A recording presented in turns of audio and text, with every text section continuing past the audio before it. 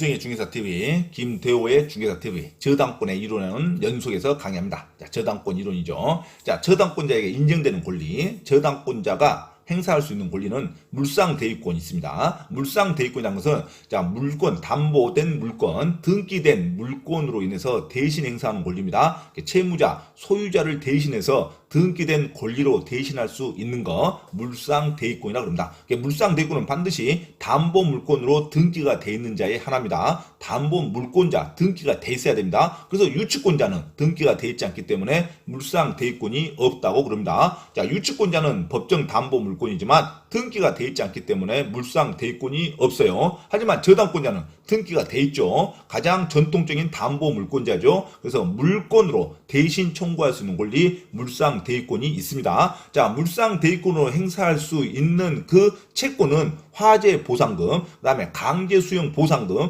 이런 보상금 또는 화재 보험금, 이런 화재로 관련된 보상금, 강제 수용 보상금, 이런 채권이지 매매 대금으로는 물상대위권 행사할 수 없습니다. 매매 대금은 건물이 무너지지 않았죠. 건물이 멸실되지 않았습니다. 건물이 멸실돼서 자, 저당권 실행할 수 없는 경우에 한해서 물상대위권이 인정이 되는 겁니다. 자, 협의수용 보상금도 물상대위권이 없습니다. 강제수용 보상금이 해당하는 거지 협의수용 보상금에는 해당하지 않는다는 것도 주의하셔야 됩니다. 자, 저당권자에게 인정되는 거 물상대위권, 그 다음에 피담보 채권의 처분권, 피담보 채권을 누구한테 처분할 수 있어요. 양도할 수 있어요. 자, 그러면 저당권도 이전이 되는 거죠. 자, 피담보 채권의 처분 권한도 있고 당연히 경매 청구권, 우선 변제권, 일괄 경매 청구권도 있습니다. 자, 일괄 경매 청구권도 아주 중요하죠. 일괄 경매 청구권은 나중에 다시 설명을 합니다. 일괄 경매 청구권은 반드시 토지의 저당권이 설정된 후에 건물이 신축돼야 됩니다. 자, 처음부터 건물이 있을 때는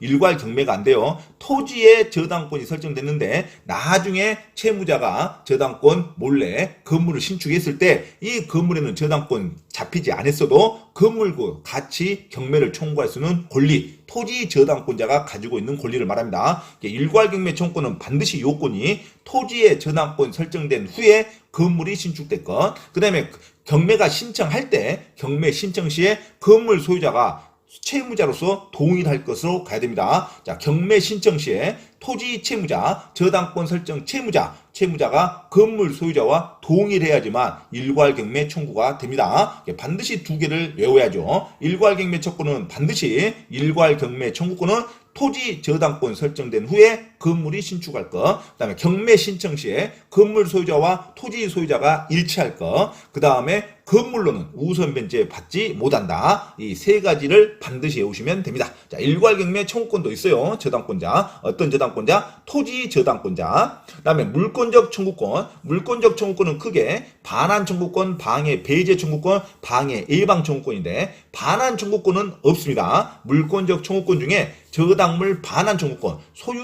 소유자로부터 저당권자한테 소유권을 이전해라. 이런 반환 청구권은 없습니다. 자, 반환 청구권은 없다. 자, 그래서 소유물을 저당권자한테 소유권을 넘겨다 하는 것은 없다. 소유물 반환 청구, 저당물 반환 청구권은 인정되지 않는다. 자, 물권적 청구권 3개 중에 반환 청구권이 인정되지 않는 권리자는 지역권자와 저당권자가 있습니다. 지역권자와 저당권자는 반환 청구권을 직접 행사할 수 없습니다. 자기한테 돌려달라고 하면 안 돼요. 자기는 어떤 담보 물권자고 통행하는 자에 불과하지 그것을 점유할 자는 아니죠. 자, 그래서 물권적 청구권 중에 반환 청구권 인정되지 않는 자, 지역권자와 저당권자는 인정되지 않는다는 거 놓치면 안 됩니다. 자, 물권적 청구권, 반환 청구권 외에 방해 제거 청구권, 방해 배제 청구권, 방해 예방 청구권은 행사할 수 있다. 저당권자라도. 자, 저당물에 대한 침해가 있으면 채권의 만족을 얻을 수 있는 경우에도 발생하는 거죠. 당연히. 그래서 저당물 방해 배제 청구권, 공사 중지 명령 같은 것이 해당하죠.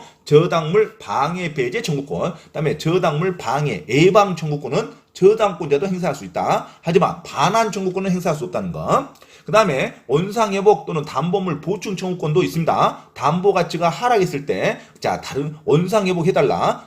다른 담보물로 제공하라. 그래서 원상회복 또는 담보물 보충 청구권도 인정이 된다. 자, 그런데 원상회복과 담보물 보충 청구권을 행사할 때 손해배상 청구권과 즉시변제 청구권을 함께 행사할 수는 없습니다. 손해배상 청구권과 즉시변제 청구권을 하려면 원상회복이나 담보물 보충 청구권을 행사하지 않아야죠. 그래서 원상회복과 담보물 보충 청구권을 행사할 때는 손해배상 별도로 청구하면 안 되죠. 그리고 즉시 변제하라는 즉시 변제 청구권도 함께는 행사할 수 없다. 자, 그 다음에 저당권 설정자의 책임 있는 사유, 귀책 사유가 있음을 전제로 합니다. 저당권 설정자의 잘못이 있을 때 원상회복해달라는 거고 다른 담보물을 보충해달라 하는 거지. 책임 있는 사유, 귀책 사유가 있음을 전제로 하지. 불가항력으로 인해서 저당물이 훼손된 경우에는 담보물 보충 청구권을 행사할 수 없다로 가야 됩니다. 이런 거 틀리면 안 돼요. 자, 저당권 설정자의 책임 있는 사유로 건물, 담보물이 어떻게 조금 훼손됐을 때 원상회복과 담보물 보충 청구권을 행사하는 거지. 불가항력으로 목적물이 훼손될 때는 담보물 보충 청구권을 행사할 수 없다로 가야 됩니다. 자, 저당권 설정자의 귀책 사유가 있음을 전제로 한다. 원상회복과 담보물 보충 청구권 행사는,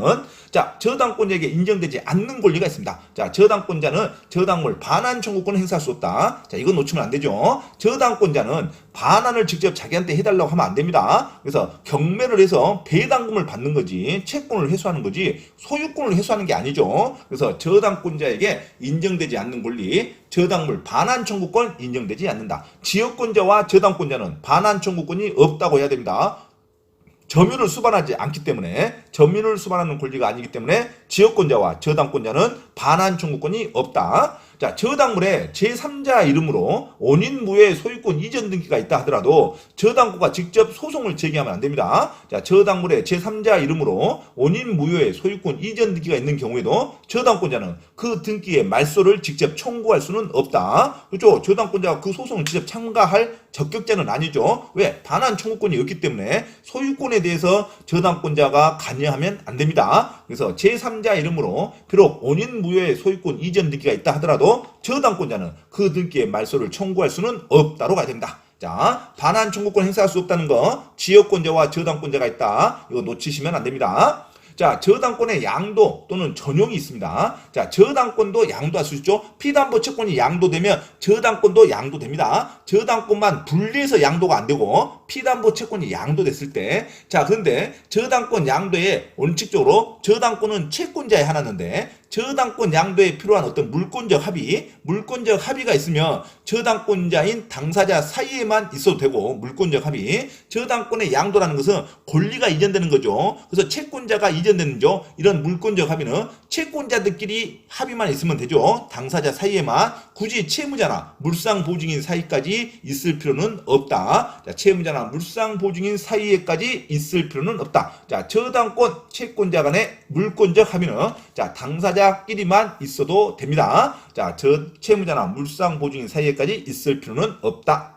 자, 저당권 이전을 부기등기하는 방법으로, 자, 저당권은 아직 피담보 채권이 없어졌는데도 불구하고 저당권이 아직 말소가 안 된 경우가 있습니다. 저당권이 아직 말세가 안 돼도 그 저당권은 소멸된 것으로 봅니다. 하지만 당사자가 합의가 있을 때 저당권 이전을 부기등기하는 방법으로 무효인 저당권 등기를 다른 채권자를 위한 담보로 다시 활용할 수는 있습니다. 왜? 그 저당권에 기재된 최고액이 아직 금액이 그대로 부동산에 기재돼 있죠. 자, 그래서 무효인 저당권, 무효인 담보 물권은, 무효인 담보 물권의 등기는 다시 다른 채권자를 위한 담보로도 활용할 수가 있다. 하지만 소급할 수는 없죠. 활용할 수는 있다로 갑니다. 전제가 있습니다. 하지만 전제가 있어도 담보로 다시 활용할 수는 있다. 그리고 소급하지는 않는다. 그 이후부터가 가능하죠. 새로운 계약으로 보니까. 하지만 원래의 저당권 등기가 무효라 하더라도 다른 명의의 저당권 등기가 존재하고 있으면, 후순위 담보 물권자가 있으면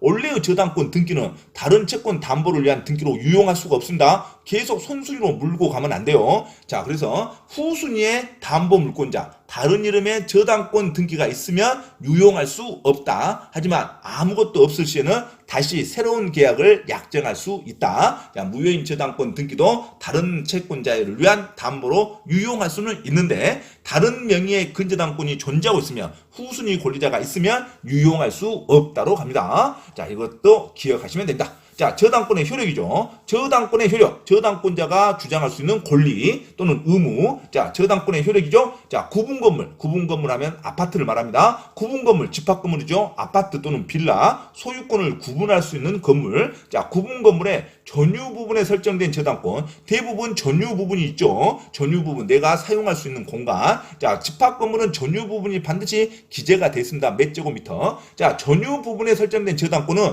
당연히 지분권, 대지 사용권에도 미치겠죠. 그 각각의 소유자들이 토지를 안분해서 지분권이 소유가 된다. 대지 사용권 지분이 그 지분권, 대지 사용권에도 별도의 등기가 없어도 전유 부분에 저당권이 잡혀있으면 지분권도 저당권이 잡혀있다고 봐야 됩니다. 그래서 구분 건물의 전유 부분에 설정된 저당권의 효력은 나중에 대지 사용권을 나중에 취득하더라도 그 대지 사용권에도 당연히 저당권 효력이 미칩니다. 구분 건물의 전유 부분만을 경락받아 매각대금을 냈다 하더라도 그 전유 부분만을 경락받았어도 나중에 그 부분에 확정된 대지 사용권이 등기가 되면 그 대지 사용권도 같이 취득합니다. 그래서 전유 부분만 경락받은 자도 대지 사용권을 취득하고, 그 다음에 나중에 대지 사용권을 취득하더라도 저당권의 효력이 미치고, 그래서 전유 부분에는 저당권의 효력이 대지 사용권에도 미친다고 가야 됩니다. 됐죠? 자, 전유 부분에는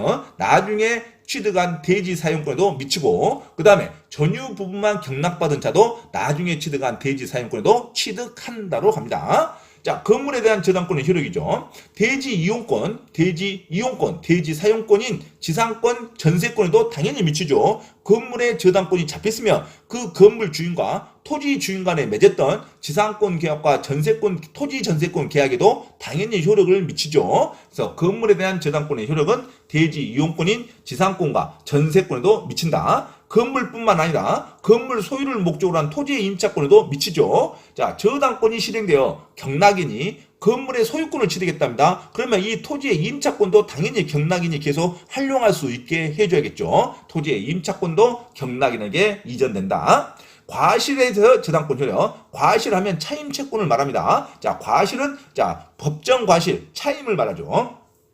과실에서의 차임채권에서의 저당권 효력. 저당 목적물에 대한 압류가 있기 전에는 과실 차임채권은 저당권 효력은 반드시 압류가 있어요. 채권 압류가 있는 후에야 은행이 그 월세도 효력을 미치는 거죠. 그래서 반드시 압류가 있는 후에 과실의 효력을 미친다. 압류가 있기 전에는 과실에 대해서는 저당권 효력이 미치지 않는다. 자, 은행이 그 건물에 대한 월세까지 관여할지는 아니죠. 월세까지는 관여하지 않는다. 그래서 압류가 있기 전에는 과실에 대해서는 저당권 효력이 미치지 않는다. 압류가 있는 후에야 그 과실에 대해서 저당권 효력이 미친다로 갑니다. 자, 부합물 종물에서 저당권 효력도 있죠. 자, 부합물 붙어있는 물건, 종물 하면 주 물건의 효용 가치에 기여하는 물건이 종물입니다. 반드시 가치 경매가 되는 거죠. 그래서 부합물 종물에도 저당권 효력이 원칙상 미칩니다. 저당권 설정을 먼저 했든 나중에 했든 그걸 불문하고 그 목적 부동산의 권원에 관계없이 부합된 물건에는 무조건 미치게 됩니다. 1차가 된 물건에는 저당권 효력이 미친다. 부합된 물건 하면 독립성이 없는 물건이에요. 1차화가 되는 물건에는 당연히 저당권의 효력이 미친다. 종물도 마찬가지. 종물에도 저당권 효력이 미치는 게 원칙이다. 하지만 건물이 증축됐어요. 증축되고 증축된 부분만 따로 어떤 존재감이 없어요. 증축된 부분만 독립성이 없고 그 다음에 1차화가 이미 돼 있습니다. 독립성이 없이 1차가 돼 있는 건물의 증축된 부분도 저당권 효력이 미친다. 기존 건물과 분리하여서는 독립적 효용이 없는 부분 1차가 돼 있다 이거죠. 이건 당연히 저당권 효력이 미칩니다. 구분 등기가 돼 있으면 모를까? 구분 등기가 돼 있지 않고 독립적 효용이 없는 1차화가 되는 물건에는 당연히 저당권의 효력이 미친다. 독립된 건물로 인정되지 않는, 그러니까 1차화가 돼 있죠. 그 증축 부분에 대해서도 저당권을 행사할 수 있다. 자, 증축된 건물 부분이 경매 절차에서 경매 목적물로 비록 평가되지 않았다 해도 그 경락인은 증축 부분도 같이 소유권을 취득합니다. 그러니까 독립성이 없는 증축된 건물 부분, 별다른 말이 없으면 독립성이 없다고 가야 됩니다. 증축된 물건, 증축된 건물 부분이 경매 절차에서 경매 목적물로 평가되지 않았답니다. 경매 판매 목록에 기재되지 않았다 하더라도 그 낙찰인 경락인은 증축 부분의 소유권을 취득한다고 합니다. 자, 정당한 권한에 의하지 않고 토지에 식재된 수목은 당연히 토지의 부합물이겠죠. 그래서 정당한 계약 관계가 없이 그냥 자연적으로 식목일날 봉사활동으로 나무를 심었다. 그러면 산 주인, 토지 주인이 가져가는 겁니다. 나무는. 그래서 수목은 토지의 부합물이 되기 때문에 저당권 효력이 미친다. 토지 저당권 효력이 미치는 겁니다. 자, 부합물 종물에서 저당권 효력 배제 특약이 가능하다 그랬어요. 그래서 굳이 아까우면 별도 등기하라 이거죠. 이 나무만큼은 내 거다 하려면 수목 등기를 하면 됩니다. 그래서 부합물 종물에서의 저당권 효력 배제 특약은 인정한다. 당사자가 배제하는 특약이 가능합니다. 이것만 저당권 효력을 미치지 않게 합의 보면 돼요. 하지만 그게 반드시 등기에 나타나 있어야 됩니다. 그래서 당사자가 배제한 특약이 가능한데